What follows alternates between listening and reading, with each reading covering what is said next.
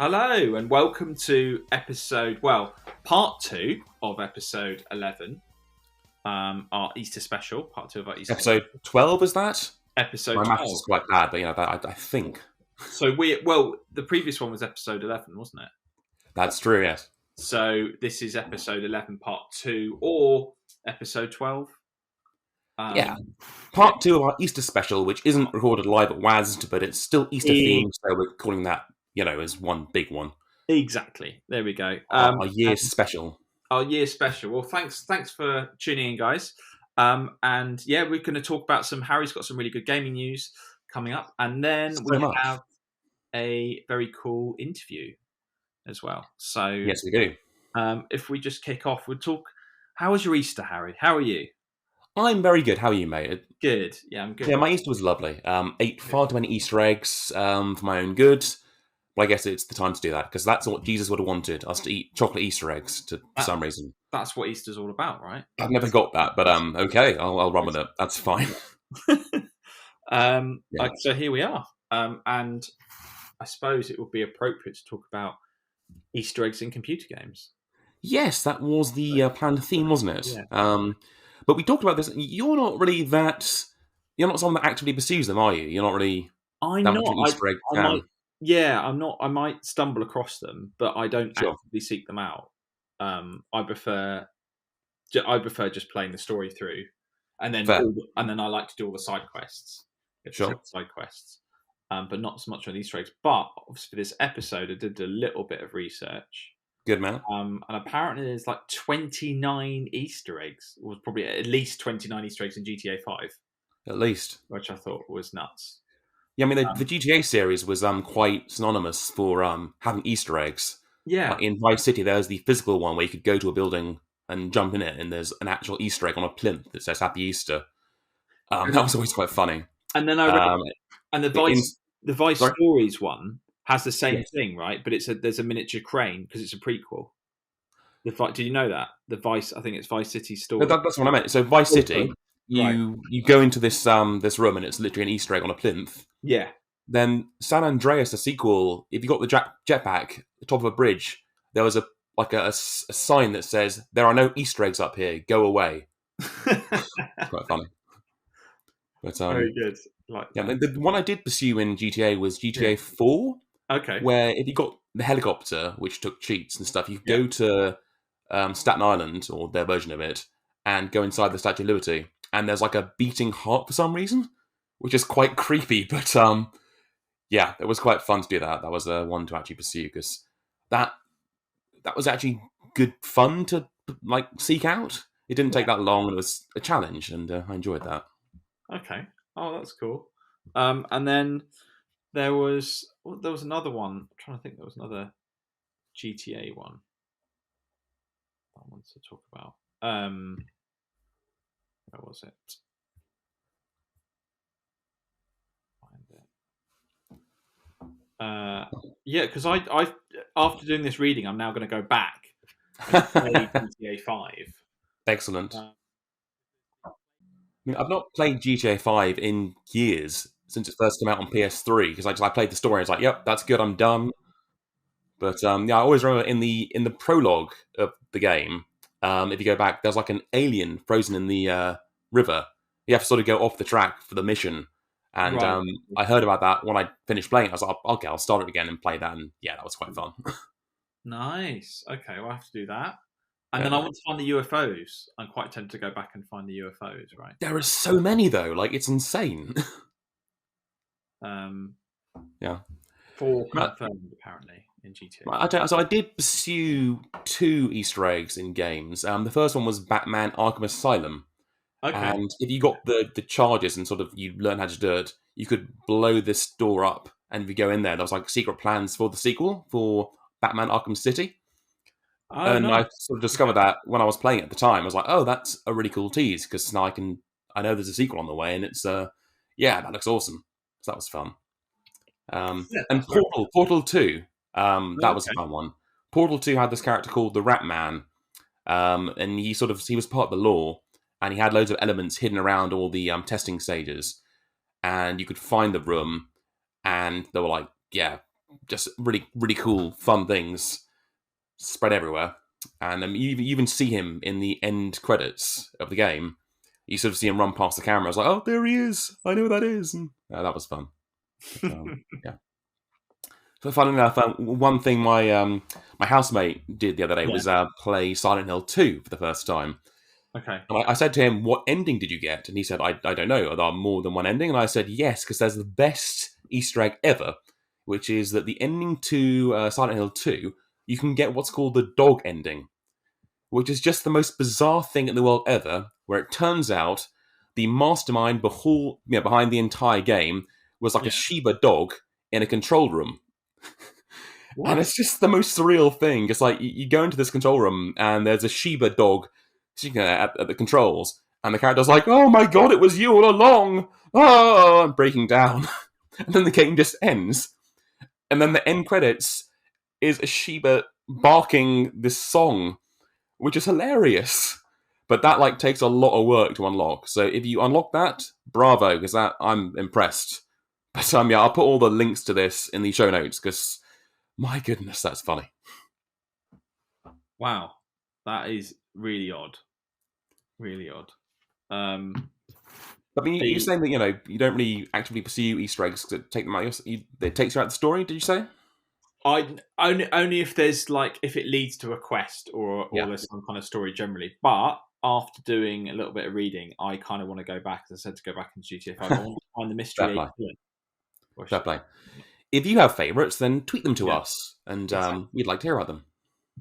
Yeah, definitely. That would be great. Tweet us your favourite Easter eggs. Not Cadbury's. Not Cadbury's, no. Milky Bar, maybe. Milky Bar. I didn't get any Easter eggs, actually, this I'm so sorry. I know. You got loads, apparently.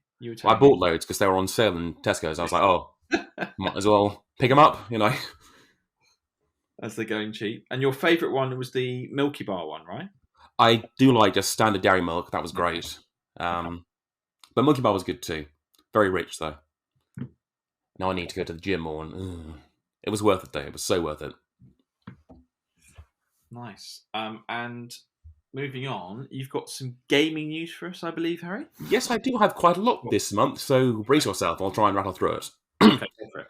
So, the Portal writer, Eric Woolpaw, wants Valve to start working on Portal 3. He tweeted, "I'm not getting any younger."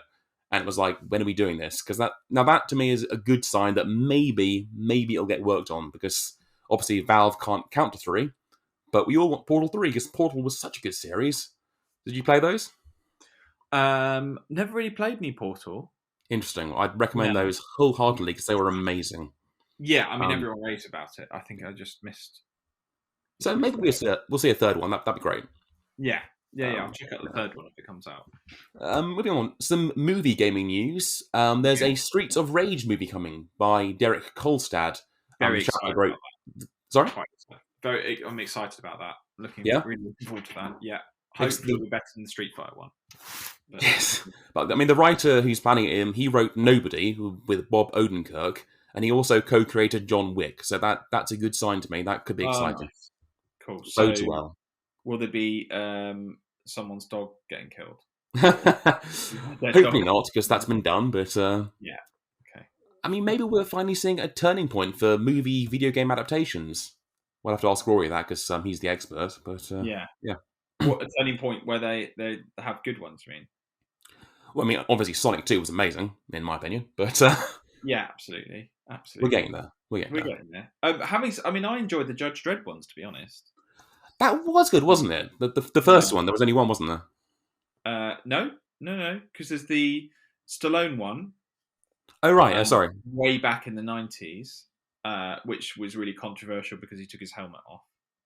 Yes, I heard that. Yeah, that was a massive... And then the more recent one. The Carl Urban one, is that it? Correct, yeah, which is was in 3D as well. Which is that was cool though, because it made good use of 3D and slow-mo. Was it that was the drug? The drug slow-mo, yeah, it was really good. If you watch it in 3D, and you can see all the raindrops, it's awesome. I just love that particular scene in 3D. It's just amazing. Such good use of 3D. Which is rarely done, good 3D, but it was designed just for those shots, and it kind of worked. So it really works, really, really works really well. And the film was good though; it was solid. It was good, wasn't it? Good He's actor. entertaining. Yeah, good acting. What else? Okay, so Dwayne Johnson, The Rock, is producing a It Takes Two video game movie. That was a game that came out last year. It's kind of a co-op, quirky thing, a bit like Little Big Planet, but yeah, just sort of charming, and that could be good. So I have faith. I'm not a big fan of his, but who knows? If he's just producing, not then a big fan. Not a big fan of The Rock. I like The Rock. Do you smell what he's cooking? I smell what he's cooking. Is that the thing he says? I don't know wrestling. Something about like I don't really follow wrestling, but like he's so relentlessly positive. That is true. I'll give him that. That's relentlessly positive, and also I'm a big fan of Baller. I have no idea what that is, but okay. So Baller's a series. I think it's Ballers, and he plays a sports agent basically. Okay. Ballers, it's called. So he's one of the main. He is basically one of the main characters in Ballers, and it's just brilliant. Yeah, really, really entertaining, and it's fast paced. And it's got. I'm trying to think who is the guy he works with. Don't want to say it's not his sidekick, but like his partner is the actor. Very funny guy, comedian. Jack Black? Rob Corddry. Rob Corddry. I love him. He's brilliant. I mean, I first saw him, I think, in The Hangover. But yeah, he's a really gifted comedian. In my opinion, the film Hot Tub Time Machine was one of the best films in the world ever. Hot Tub Time Machine was brilliant. The sequel, not so much, but the first one was just like lightning struck. But the first one was lightning in a bottle. Yeah, absolutely. Yeah, nailed it. And obviously going back to the 80s. I mean, I love the 80s, and obviously that's a popular kind of. It's a damn good era. It's a damn good era, but also it was very, it's well timed because it's a popular genre to fly back to. What I think works best is that obviously 80s music is very good in my opinion, and so it's a good excuse to feature that and make that part of the soundtrack, and that's a good sign. Yeah, and since then, he can do no wrong. After that. But yeah, Ballers, I recommend you check it out. It's very, very good. Righty-ho. Yeah. Speaking of doing no wrong, Chris Pratt's Mario film has been pushed back to 2023. Oh, how sad. Why? I can't pretend to be sad about that because I'm so cagey about that. I can't imagine it's going to be good, but, give it the benefit of the doubt, I guess. Was Luigi not available? Well, I think the speculation is it's either been done to coincide with the release of this new Super Nintendo World in LA or avoid competition with Avatar 2. Christ, remember Avatar? That was a thing. And it's still going to be a thing, apparently. Finally, they're getting a Super Mario World in wasn't a physical one, an actual theme park based on Super Mario. I know. Sorry, that's what I meant. Physical one. Because they've had one for ages in Japan, I think. Yeah, this is the LA one. So yeah, they like the stuff there. In Disneyland. So yeah, that makes sense as far as I can see because it's such a huge thing. People love it. Yeah. Some more news. Okay, so Amy Hennig, who co-created the Uncharted games, is making a new Star Wars game. Okay. Now, this to me is quite exciting because they were going to do one before called Project Ragtag. They got canned. But yeah, the Uncharted games to me were amazing, and I think she's very talented. So that to me bodes very well because Star Wars is a universe rich for filmmaking and game making, and if they can get that right, they can get that very right. So I'm excited. Also this month, Sonic Origins is coming out. That is a collection of old games, mainly the first one, second one, and Sonic 3 and Knuckles, which of course it wasn't there for many years because of the Michael Jackson issues, because he worked on the music for it. But it's coming back. Don't know if I'll have the same music, but we can finally play it again, which I'm looking forward to immensely. Although it has been mocked relentlessly on Twitter for having a very strange DLC structure. Because you can buy it in so many different editions, it's hard to keep track. And what bonuses you get and stuff. But I'll leave all the links to this in the show notes because it's really hard to keep track of. There's not just an Ultimate Edition then? Or collector? I think there are 10 editions, each with different, there's one has a hard mode, one has coins. I don't know what that enables, but yeah, who knows? Very strange. Okay. And one last bit of news this month is that there is a new PS Plus launching in June 2022. It's a Nice. bit like obviously the Xbox version, Okay. but it's having 3 tiers: what's called Essential, Extra, and Premium at different prices. Basically, it's combining PS Plus and PS Now to offer loads of games for playing online and streaming, Right. which makes sense to me. You can play like old games like PS1 games, PS2 games, PSP games. You can download trials that you can do demos of. If this is done right, I think it can be done very well. Again, just the pricing is a bit off. I mean, the premium version is going to cost you £100 a year, which is quite steep. But at the same time, with a library of, I think, 300 PS4 games or PS5 games, something like that, Yeah. I mean, that could be good. I don't know. We shall wait and see. Okay. But yeah, that's all I had this month. GTA also, last bit, I don't know if you missed. So Go on. GTA is now launching a GTA Plus Yes, I'm online sorry, I version. did hear that. Yes, that's Yeah. What are So your that's thoughts on just for that? the PS5. So it's just for the GTA Online, basically for PS5. It's like, well, we don't know the launch price yet because it's in the US. I think it's $6, $5.99. Not too bad, but But yeah, don't know what's happening here yet. I mean, I don't know. Like, I never really got into GTA Online. It got taken over Yeah. by teenagers, and they were ruining it. And paying real money to just play a game that you already owned is an odd concept to me. Yeah, yeah, exactly. Like I These can get shark on board with. cards, they're just. Is it I supposed mean, to be a pun? Because they are literally card sharks, and yeah. they're taking advantage of people paying money for nothing, and madness. Yeah, it's nuts. Like for me, I suppose I'm not sure I'd pay a lot of money for virtual stuff. Yeah, Um, I'd struggle for game stuff.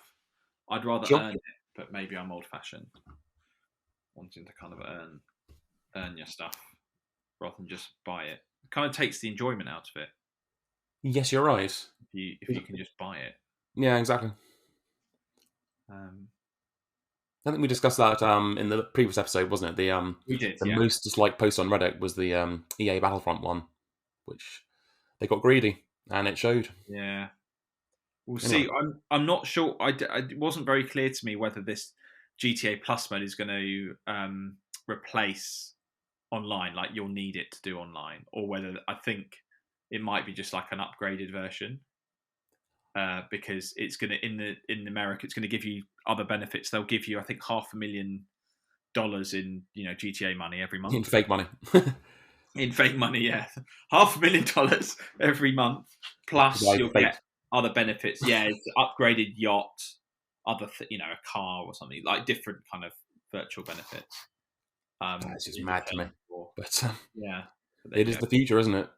That's the NFTs and future. stuff, as we've Yeah, discussed before. yeah, exactly, as we discussed in a previous episode. Right, I think that's pretty much it, is it? Or have you got any more, Harry?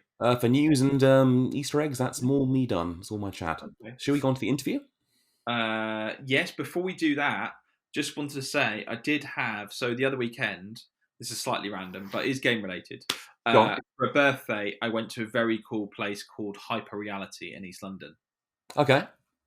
So it's VR. They've got a bar and then they've got VR gaming. So they had 2 chairs, like those kind of, how to describe it, like Formula One chairs almost, racing chairs essentially, Gran Turismo Sure, chairs. sure. You sit in, and then they had a roller coaster ride you could do, VR roller coaster ride. That's cool. Which I ended up feeling a little bit sick at some point. The one I did was, there were 2. One was like a Korean horror house, which was a bit cartoonish and wasn't. And I'm not great at horror houses, but this was just, wasn't even that scared at all. It was a bit childlike. But the other one that was good was the Great Okay, Wall mate, of if you China. say so, I believe you. Yeah. It just wasn't particularly scary. The Wall of China was awesome. You sat in this rickety cart, like rickshaw, being pulled by someone, but then there's Right. rockets attached to it. Wow. The guys in front, and then you're just whizzing along the Wall of China, and then some points you're jump, your whole thing is coming off the wall, then you're landing. It was great, really good fun. So That sounds fun.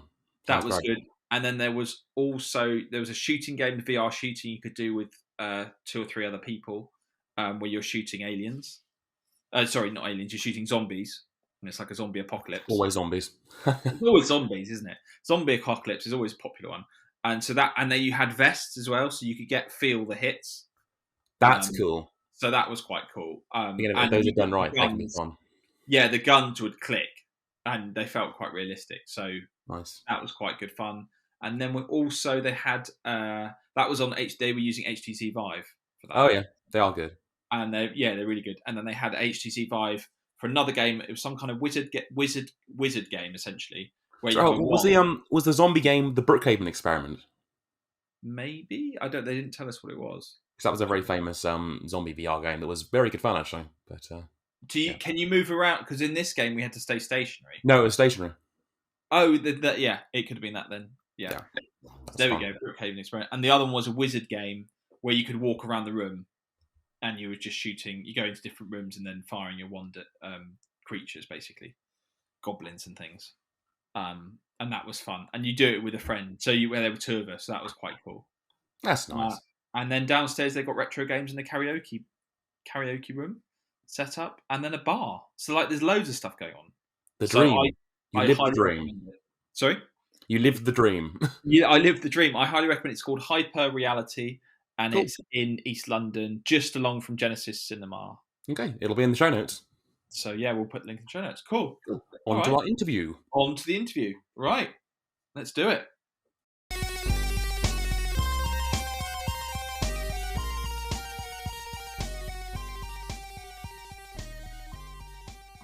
We are here with myself and Harry and Sos, who we met at WASD. So very kindly joined us for this interview. Sos, can you just tell us a bit about yourself? Obviously, you're a game developer, and we met you and we played probably one of my favourite games there, McPixel 3, which really such a great game, but definitely my favourite of the show. Could you just tell us a bit about yourself and how you, who you are, what you're up to, and kind of how you got into gaming? So hi, I'm Sos. I'm a game developer, an indie game developer. I'm like a one-person game development team. So I do like music and art and programming myself. And I made a game, currently working on a game called McPixel 3 that James mentioned that I was showing at WASD. Sorry, is it McPixel or McPixel? I wasn't sure. It's McPixel. It's like MacGyver or MacGruber. But the thing is that both MacGyver and MacGruber have like an A, is like MAC, MacGyver and MacGruber. And I kind of wanted to have a spoof of that, but then I forgot the A, so it's McPixel. And some people read that as MC Pixel, which is obviously wrong. It's not an MC, not a rapper. It should be. And what's going on with the current game? Can we download it? The one that we saw, Pixel. Yeah, sure. So McPixel 3 is going to be released this year. Okay. But the demo you can download it on Steam and on also GOG, Google Games. You can download the demo for like Windows, Mac, or even Linux, and play it. It's like a bunch of levels. There are, I think, 10 levels in the demo that you can play, and the full game is going to have 100 of them. So it's like a never-ending madness of a game. Wow. Really good. I'm really looking forward to that. I'm definitely going to download it. I will put that in the show notes, won't we, Harry? We shall, yes. I'll have a link down below. So tell me, like, if we rewind the clock, how did it all start for you? Kind of, what was your first PC or first console, or kind of how did you get into gaming? Oh my God! So I wanted to make video games for as long as I can remember.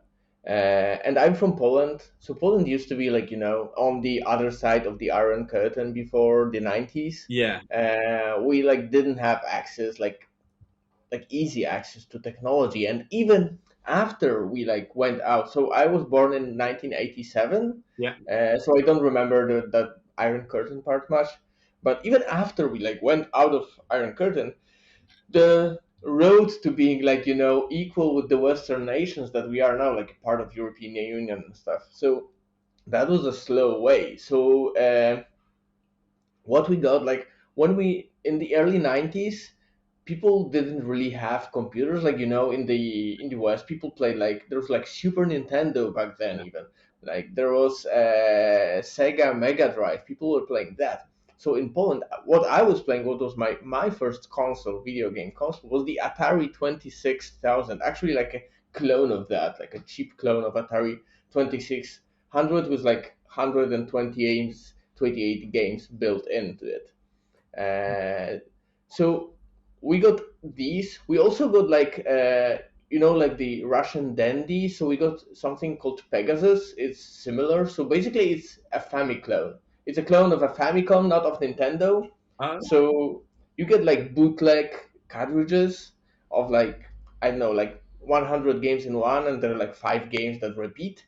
But also, what was funny about that is that they were NTSC. So a Famiclone is a clone of Famicom that is NTSC, and Europe is in PAL system. It's 50 hertz, not 60. So all the games that I played as a kid, Mario and Contra and Tetris, and I know Ice Climber, they were 20% slower. I didn't even realize, like, you play this game and like the music is slower. There's like this chill experience of playing Mario, and then I played real Mario and I was like, oh my god, this is hard. Like, this is not what I remember. And then my father used to go to Germany. So a lot of people did that, especially people living like close to the western border, which I was. Yeah. So my father would go to Germany and like go to a flea market and buy a bunch of really cheap broken electronics, like TVs, stereos, VCRs, and also computers. He would fix them and sell them in Poland because we didn't have any of those. So like things that were trash to the Western people, they were like completely new to us and like super modern technology. And the first computer that he brought, I think it was like a Amstrad Schneider 1512. So it's like a PC XT kind of thing that had like DOS and like the actual floppies and half a megabyte of memory. And there were absolutely no games on that. There was one game called Parachute. If you look up the Parachute MS-DOS game, it's like the worst thing ever. Like it's just you have these parachutes and you shoot them, but the PC didn't have sprites and had this really slow processor, so all the games on PC were really slow and bad. And this was my first computer. I really liked exploring it and looking into the files, and I was like, oh my god! And you have this like exe file, and you open it, and it launches a game or a program. But then like you have Norton Commander, and you can press F3 to look what is inside the file. And some files have text, right? Yeah. But the exe files, they have this gibberish inside. And how do you create this gibberish that makes programs? Like, it's a program that runs, and it's like, how do you write it? I had no idea. There was like, you couldn't get any books, you couldn't get anything to any knowledge because there was no internet. So my father also had a friend that was a programmer, and I was like, I think 7 or 8 years old, and he would give me books about like how to operate MS-DOS. I would read the book and know how to operate MS-DOS. And then the next time I would visit, he would give me like 3 floppies with Turbo Pascal and a book about Turbo Pascal. Right. And I would just like play around with Turbo Pascal. And obviously my computer would like get broken every week because I would mess something up and everything would explode. It had to be fixed. But thankfully to that friend, he would help us also with that. And one funny story is that since there were no computers, like nobody had any. Yeah. And people didn't have games. And as a kid, obviously, I wanted to play games. So at one point, my dad figured out that where is like one computer that has like some video games. So you have to bring some floppies to copy over the video games and bring them back home. Okay. So the thing is, the only computer in town was at the police station. Right. So my dad would go to the police station with floppies to copy over some video games from the police station to bring them back home so I could play them. And I got like, these were cool games. I got the Prince of Persia and the Incredible Machine for DOS. That was cool. Oh wow, what a story! That's great. How did they let him do that? What do you mean? Let him use the police computer? Like, how did? I mean, it was the 90s in Poland. Like there is, it's like and I was living in a really tiny town, so everybody knows each other, right? Okay. And everybody's helping each other. So there's like 3 computers in town, and Right. so people who have computer are helping one another, right? Oh, that's really cool. I love that story. That's great. You sort of coming a bit moving forward a little bit. So what tell us about the events that you've been to recently? So you were obviously at WASD, and then where else have you been? Recently, you mean like after the time that were like after the no events time? Correct. Yes, after doing no events. You've been Yeah, so I was in West, and after coming back from West, I kind of repacked and went to PAX. So with Devolver Digital, that is publishing McPixel 3, yeah. we were showing at West, and then we were showing the game at PAX. So I went to Boston to show the game at PAX. Cool. How did it go? Sorry, how you So, going to say? yeah, so PAX was really. I never went to PAX, so people were telling me that it's much smaller than it used to be, with like big publishers missing. No, I don't know, Blizzard, Activision, or Microsoft. But then it was cool because there was like mostly indie games, and people, because they're like not a giant queue to play FIFA games like the things that I know like from Gamescom. When you go to Gamescom, there's like 80-minute wait just to play the FIFA that is exactly the same game as the old FIFA that you played last year. So people did have time to actually go and explore like some of the indie games, and a lot of people like came to play my games as well, which I think was really cool. So speaking of McPixel rather, Mhm. I could be getting this wrong, but I could see there's a MacPixel 3, and there was a Yes. MacPixel 1. There wasn't a Yes. MacPixel 2. Is there one, or is it not available, or what's happening there? Well, all I can say is that this might be the shortest trilogy in the history of video games. I like it.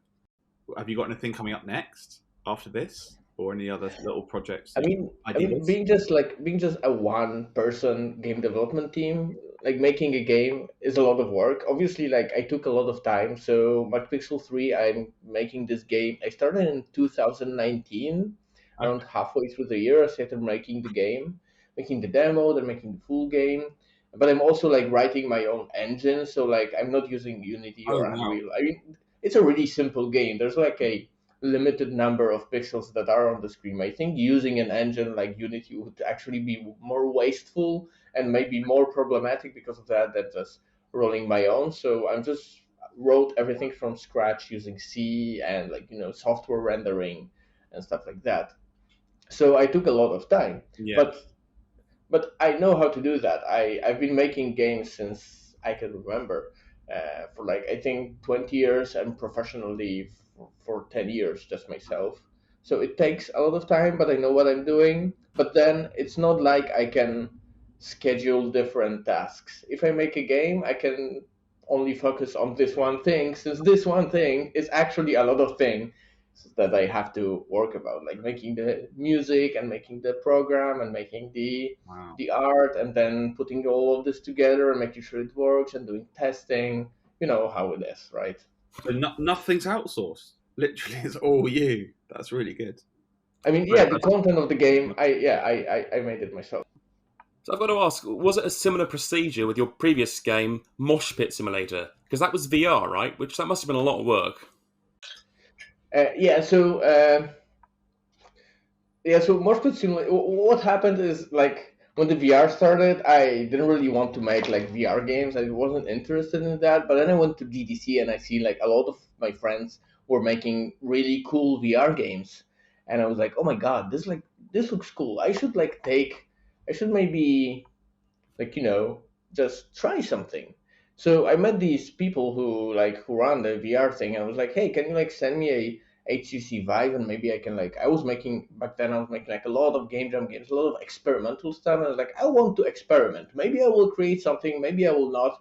If you send me a kit, maybe I will like do something with it.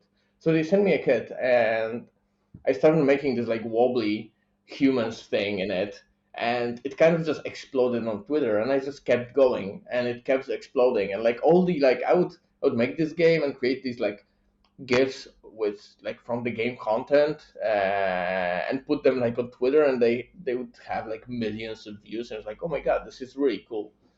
So I never wanted to do that. It was a lot of work doing that myself. I used like a lot of asset store assets because like I couldn't afford to like model all of this myself. Sure. But then in the end, yeah, I think I had the most fun of the game was actually making it. I mean, like I had so much fun doing that. I'm not even sure if I was able to replicate the fun that I had making this game in the actual gameplay. I mean, I think making it was more fun than it's actually to play it. Excellent. And you say your other work I looked at, is it called Super Pig X or Super Pig 10? So Super Pig is there was a game. There was a game that I made. So when I made Moshpit Simulator, it was a VR game. I spent also like I think 2 years on that. Yeah. And when I released it, it wasn't actually a hit. So it was like I had to like figure out a plan, what to do next.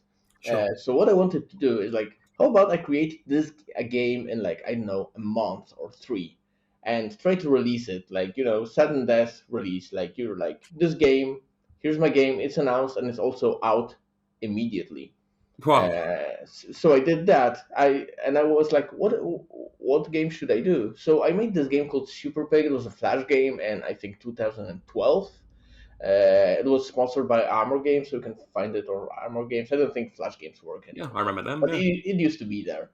And it's this game about a pig that's in this really dark place, and like it's absolutely dark. It's like you can't see the level at all, and then you die on spikes, and blood splatters everywhere, and it sticks to the walls, and now you can see the walls. But now you have to go to the end of the level, and you have a limited number of lives per level. So that was the idea. So I wanted to like iterate on that idea and have like a better, bigger game that has Steam achievements maybe, and like controller support, and nicer graphics, and moving parts, and actually good level design.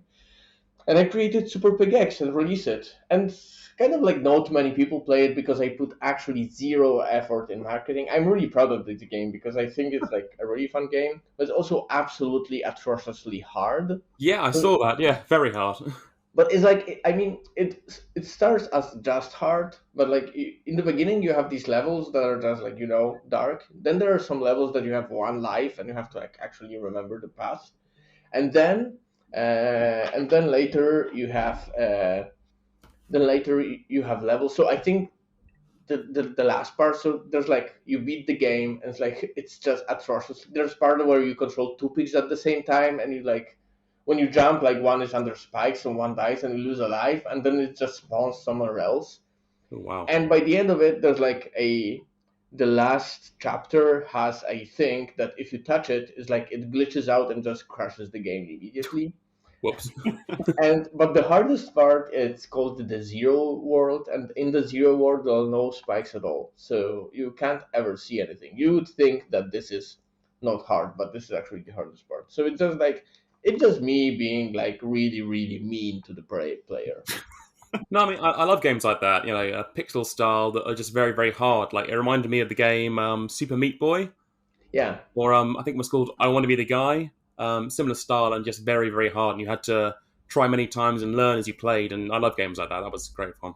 Yeah, I was actually like, when I was testing this game, I would have people play it, and I would note exactly like where they jumped and where they landed, and like the paths that they took through the level, and put just spikes wherever they go. So like very mean. If you go how you should go, you will like just fall into my trap because it's exactly there, because that's how you should play. Amazing. And how do you like going forward? Do you, in terms of playing the difficulty? Mm-hmm. Because I found McPixel was actually not too bad as a difficulty. That was obviously intentional. You keep it sort of at a reasonable level. Sure. Yeah, I mean, McPixel it's not supposed to be a difficult game. It's an adventure game. Like in adventure, like point-and-click adventures, like Discworld or Simon the Sorcerer. Sure. So you can't even die in these. Like there's no time limits. There's no dexterity needed to play it. It's just going around and clicking. But I wanted to like top that. Like McPixel is obviously you need some action because there's always a timer that kind of chasing you. So you have like 20 seconds and the train is going off the rails and down the cliff, and you have to kind of save the day. And I also what is also is different from McPixel One is that now it has mini games. So like you're on a spaceship and there's asteroids coming. So you jump onto the spaceship and you have to shoot them, and it suddenly turns into that shoot 'em up game. But I never wanted that to be hard. I wanted that to be so. In McPixel, it's not about playing like you play like the game that everybody talks about. Can I mention that? Is that like per se Elden Ring? Yeah, sure. Yeah. So Elden Ring is not about winning and beating the boss. I think the same about Tomb Raider. Tomb Raider is a better example. Tomb Raider is not a game about Lara Croft being on an adventure. Tomb Raider is a game about repeatedly killing Lara Croft in the most gruesome ways. Like you feed them to bears, you impale her with spikes, falling out down the cliff or down the waterfall. She's like constantly dying. You play that and you realize like you don't realize that because you're playing to win, but you're constantly dying. Like that's what the game is about. It's not about this being a failure. It's about this being like a part of the game. Like if you would play that with cheat codes, that would actually, I guess, take away from the gameplay. Like in both, like in games like Elden Ring, in games like Tomb Raider. Obviously, McPixel is not like an action game that you have to do action, but it's not about winning. It's about exploring. It's about doing different stuff. So you're on this train, and there's like a fish on the ground, and there's like an old guy, and you can go into the bathroom, and you can like I don't know, take a fish and throw it down the drain, and it's like, and you look down the drain and you see that it's just a hole in the ground, and the fish has fallen onto the tracks. Then you go back and you like, how do you stop the train? So you jump off the window and you run to the front of the train and you try to stop the train Superman style, and then the train just goes off the tracks and off the rails and down the cliff with you in the front, and obviously you don't stop the train.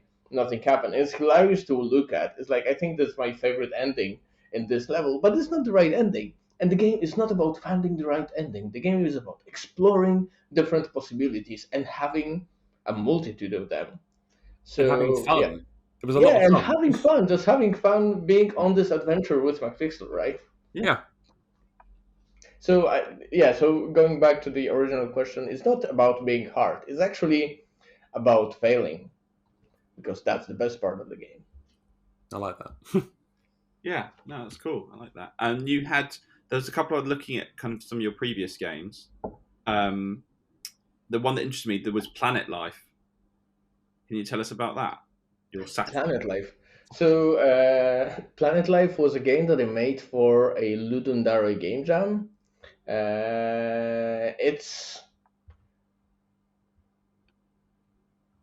I'm sorry, I need to think for a moment. I haven't played that game for a long time. Okay. Sorry, I didn't mean to like throw. No, it's all right. Throw a spanner at you. Yeah, so back in 2015, I would like attend a lot of game jams when I released McPixel 1, that was 2012 and 2013. And then like I would attend a lot of game jams and try to come up with different game ideas, trying to find my next game. And I would create like a lot of experimental content that I would put out there. You can go to games.sos.gd and I guess download all of them. Most of them are Flash, but I guess you could download them to your computer and still play them.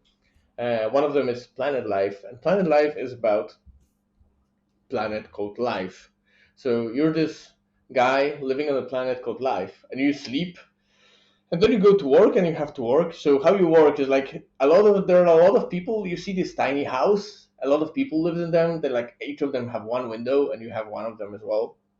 So you would wake up and go to work, and a lot of people would go to work with them, and there would be different machines. So basically you have to go to the machine that you are assigned to right now and just press space button, and that's how you get money. Okay. And like all of the other tiny humans do the same thing. And then the next level, you go to work. So after you go shopping, I'm sorry. So after work, you go shopping. So you go to the store, and you're supposed to buy things, but everything is expensive except for one thing that everybody is running through. So all the tiny peoples are now your enemies, trying to get the thing that's actually cheap. And the cheap thing like shifts, so you have to run around the store and buy stuff. expensive stuff, you might not have enough money to eat.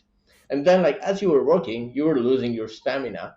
So now at the end, you go back home and you have to eat. So you go and you eat to replenish your stamina. And then you see, like, then is the night, and you see, like, all the tiny humans that didn't have enough food to replenish their stamina, they die off.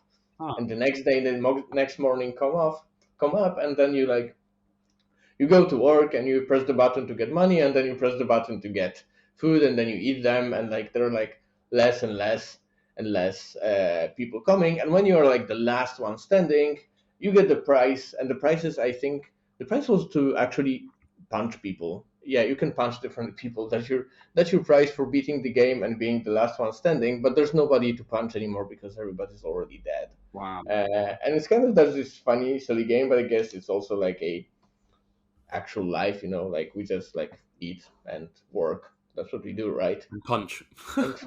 Yeah, we don't really punch people. Unless that's your work, I guess.